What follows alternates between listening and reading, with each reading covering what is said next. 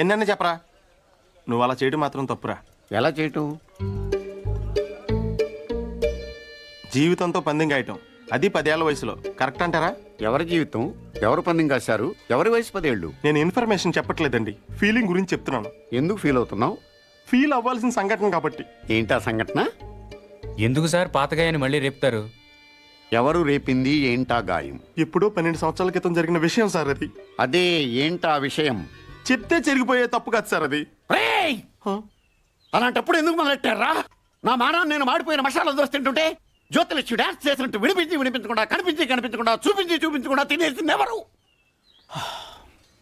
ఏం జరిగింది, ఏం జరుగుతోంది, ఏం జరగబోతోంది నాకిప్పుడే తెలియాలి.